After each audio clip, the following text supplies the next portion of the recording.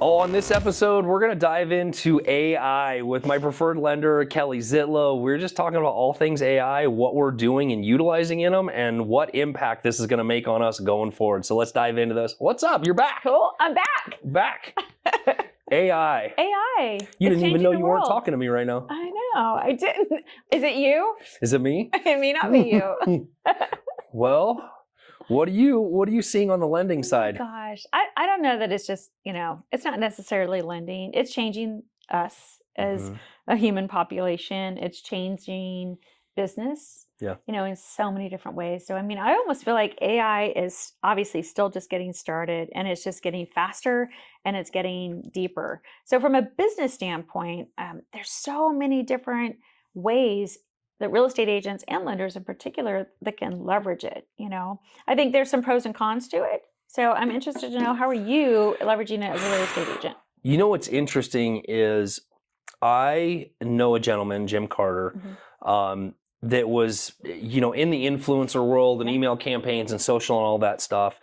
And probably about a year ago, he dove into anything and everything AI, and that's just his specialty now. Like, he's an AI nutcase.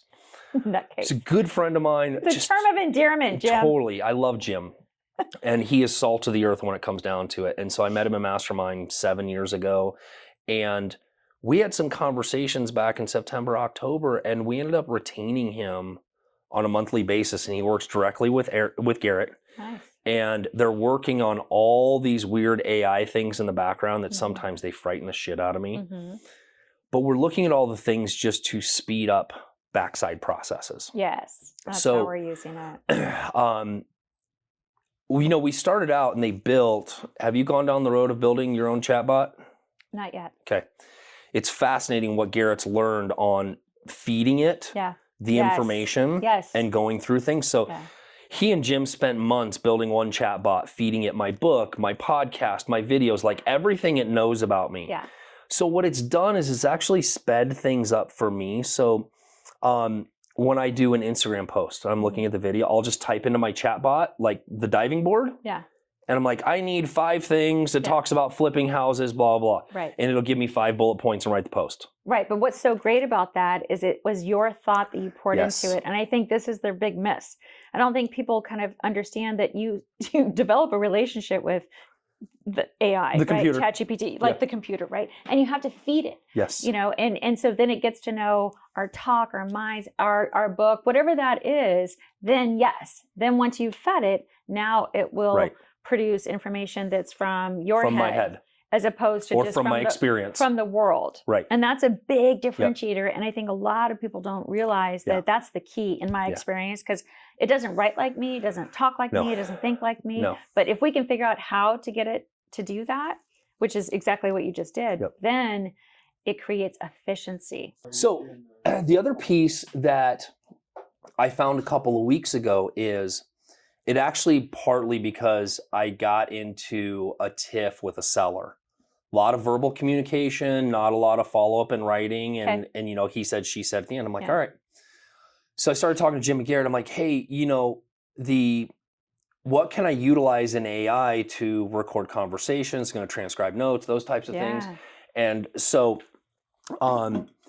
we were going through it. And so Jim recommended Otter. And so we started using Otter AI. The cool thing is that it connects with your calendar. And so when you go into a meeting, it's ready to record and transcribe the meeting. So I started doing this on everything. The cool part is I also use another app called Record a Call. So I'll record my calls and then I'll throw it into AI. It'll transcribe it. The better thing with Otter, you got to go through a couple iterations, but just the speed of the conversation, right? So I have an hour strategy session with somebody. Right. My mind is usually numb when I'm done. Yeah. You literally can go into the transcription and into Otter's AI and say, please draft me a follow-up email based on this conversation. And it does it about 90% perfect. And then you're done, right? So it's like in 2 minutes, you can do the follow-up from all the thoughts in your head without thinking about it and put it out there. Or you just have the call that you can put in notes. And send an email going, hey, just confirming our verbal conversation. Sure. This is what we talked about, right? Especially important because, like you said, a lot is said in an hour and we'll forget. We're just humans. Right. We'll forget. So I use Otter as well. Same thing. This is exactly how I use it. I do so many meetings that, I got to keep them straight. And so it is such a tool, a valuable tool that creates efficiency that allows us to be where we need to be and not, just being bogged down by manually typing our notes or writing them out or next actions. It just expedites. So what's awesome is that on Friday mornings, I meet with 15 agents from Real that are my agents in my network, and we're going through training and different things. I don't know if you caught in the transcript from last week. It was on Zoom. So in Zoom, I went through a training on a property. It screenshotted everything that I did in Zoom is in the transcript. Yep. Everything is screenshotted. Wow. All the images. Very cool. So all of it's in the transcript. And when I got there, what screens I was showing, what I was going through. Way. Yes. Oh my God. I was like, what the hell? What the hell, man? Oh my God. The funnier thing is when you get on Zoom now, because I've recommended this, there's like 20 Otter note takes in the call. But what's cool is that when I come out, that recording is automatic, so I don't think about it. It's in my calendar for auto. It goes to Tammy, and Tammy takes the training and sends a recap email to the agents when we're done. So great. And so they've got the call, they've got the training to go back on. It gives you to-dos, it gives you pain points, it gives you all the things. Now, it's not perfect, so you still have to go through and read through it. Yeah. That's one version that we're using. Yeah. And then where I really started using it is in the social scheduling. Yeah.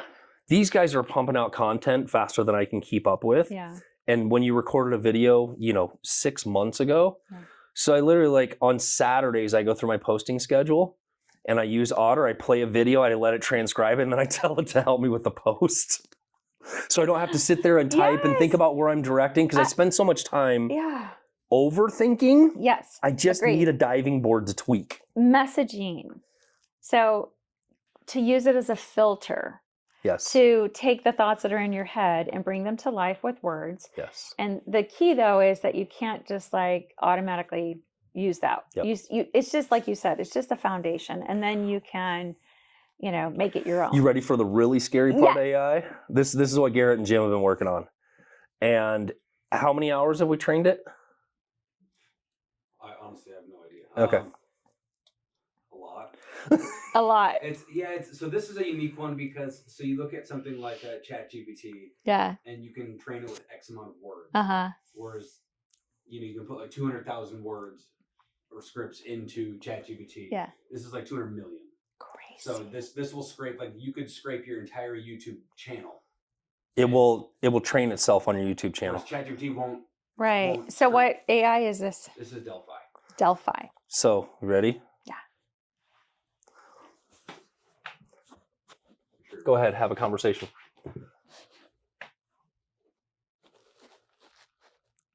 Hey, this is Steve D. Valentine. What strategy are we working on today? I want to buy an investment property, but I don't have any money.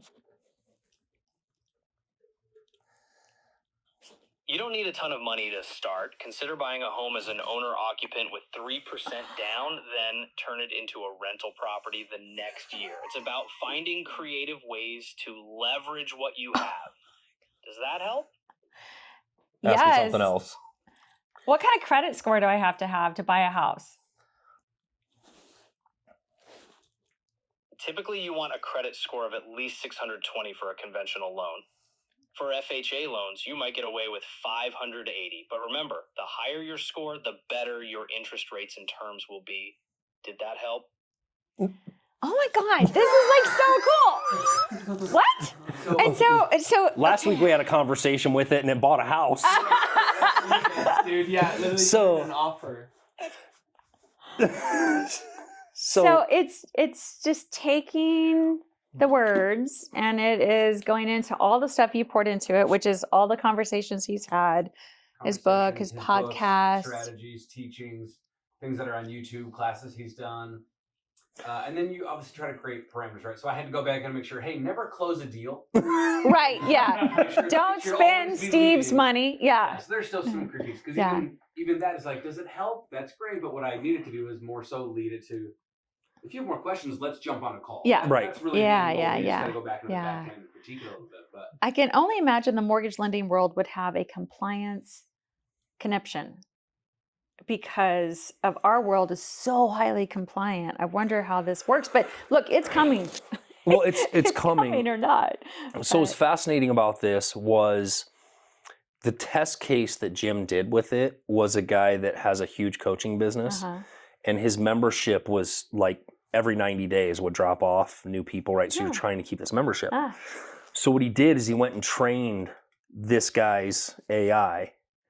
Like, it was like 120,000 hours or something of training in that thing that he showed us. Yeah. Oh, yeah. For like brand insurance. Every private coaching conversation he's had, like they uploaded everything, and it takes feeds from YouTube. So it's not like you have to go upload it. It's scraping every day for your stuff. And it's learning your voice, it's learning your responses, learning all the things. He's a little annoying. He needs a little help. He needs to like scale it back a little. So what he found, he meaning you? Me, my digital version.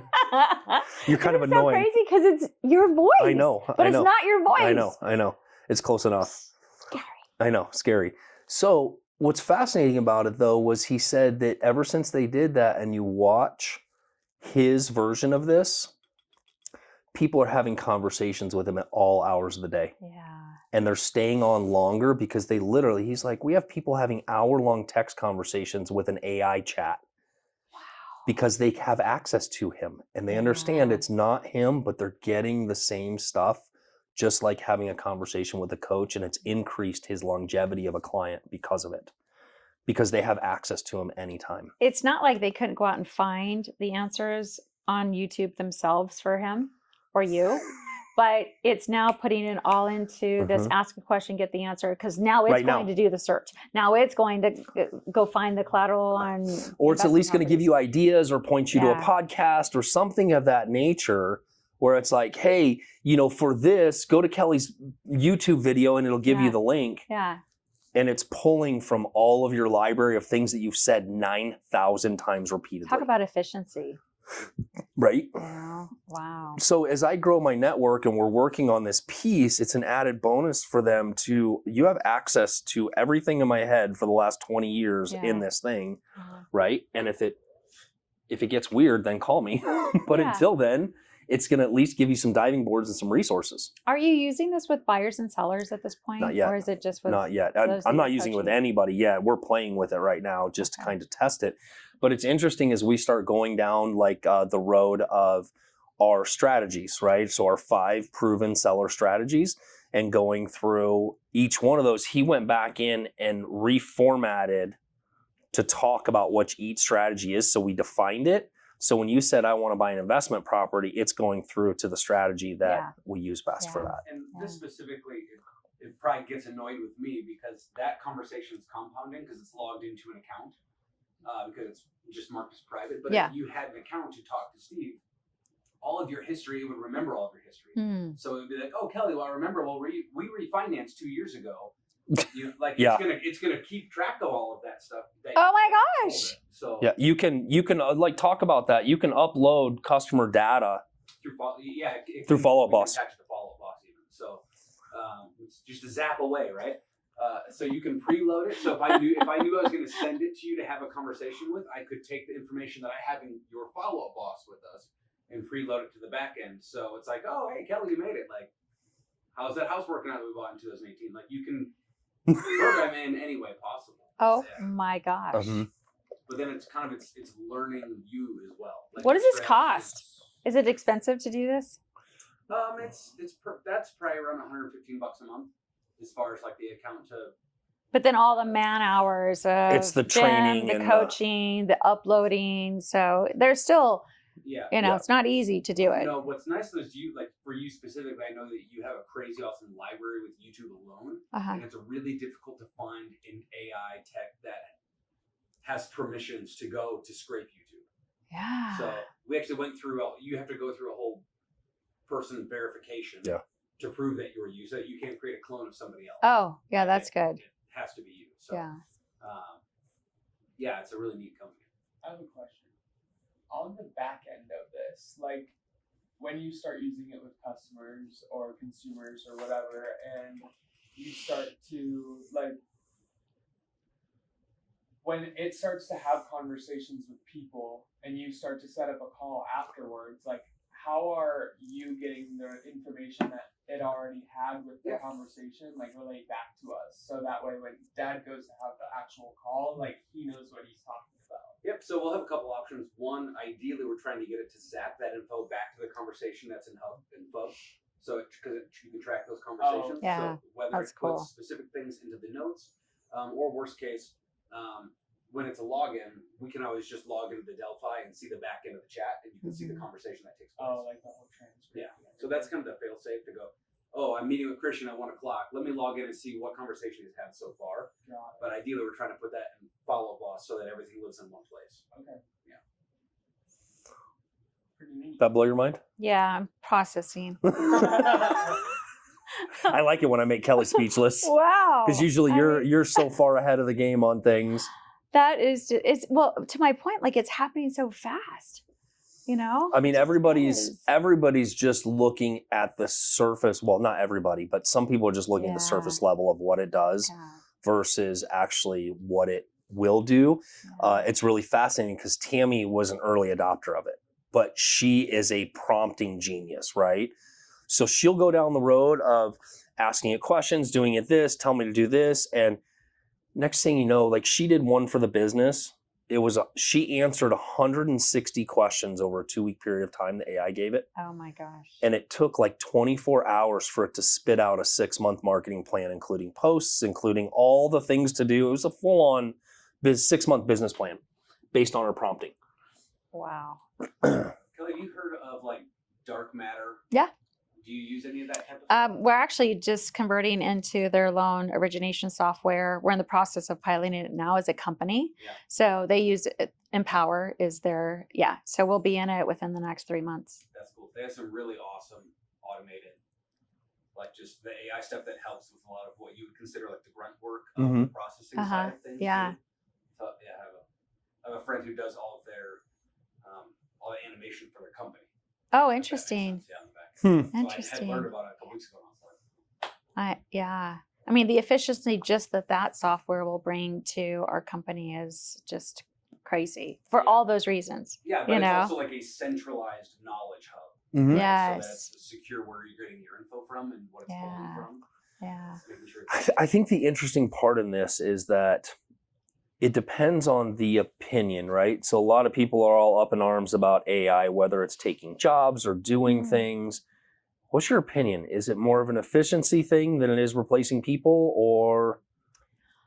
I think that it creates efficiency, which can help to reduce costs, but it also now allows us to do things that AI can't do, which is the people business. Right. So if we can spend more time with our clients and our real estate partners and really helping them solve for whatever it is, that's the lane I want to be in. I don't want to, be doing email this. Like if you can automate it so we can again be in the human business. That's my opinion. So yeah, I think it's a piece where owning it, it's not about, you can't outsource relationship building, right? Exactly. But you can give somebody the tools and the things and the information when and where it's needed. Yeah. And one of the things that I'm really excited about this, for real and for the agents is like, my brain is with you, right? Yeah. Like, let's dive into it. Like, just think of it as Google, and it gives them some ability to jump into those things. And it's stuff that I've said over and over and over again, right? Yes. And so it's kind of fascinating just to see where the efficiency. So I'm a big proponent in where can I buy time, right? So it's fascinating about it when somebody looks at things like from a business operation standpoint, right? Garrett has spent a lot of time training the AI to make all of our lives more efficient, right? So it's not about replacing Garrett. Right. It's about how much more efficient is Garrett? How much more efficient am I, like in my posting? Yeah. How much time did I buy back every week by transcribing, doing that, and moving it through versus how much time would it take me to write And it creates consistency. Right. Because I would guess that you weren't posting consistent because you get frustrated, you Stop can't think laughing, of it, boom, boom, boom, boom, boom. And now you are. So again, that's creating efficiency and leveraging time. And Awesome. I agree. What a great conversation and all the uses. And I think Delphi, I'm so getting it. we'll connect Jim, we'll connect you with Jim. Jim's a great person. Just if you're at the forefront of that stuff, just so learning cool. some of the different things and having that person to go, what's new? What can we use this for? Where's our efficiencies? And just learning that technology is just, it's better than AOL. MySpace. All right, guys, thanks for joining. And you know what? Dive into this AI stuff. Don't look at it as replacement tools. Look at it as efficiency tools. And it's actually taking all the mundane BS that we do in the background, and it keeps us more in front of people, which is actually where we serve the best. Sure. All right, till next time. Peace out.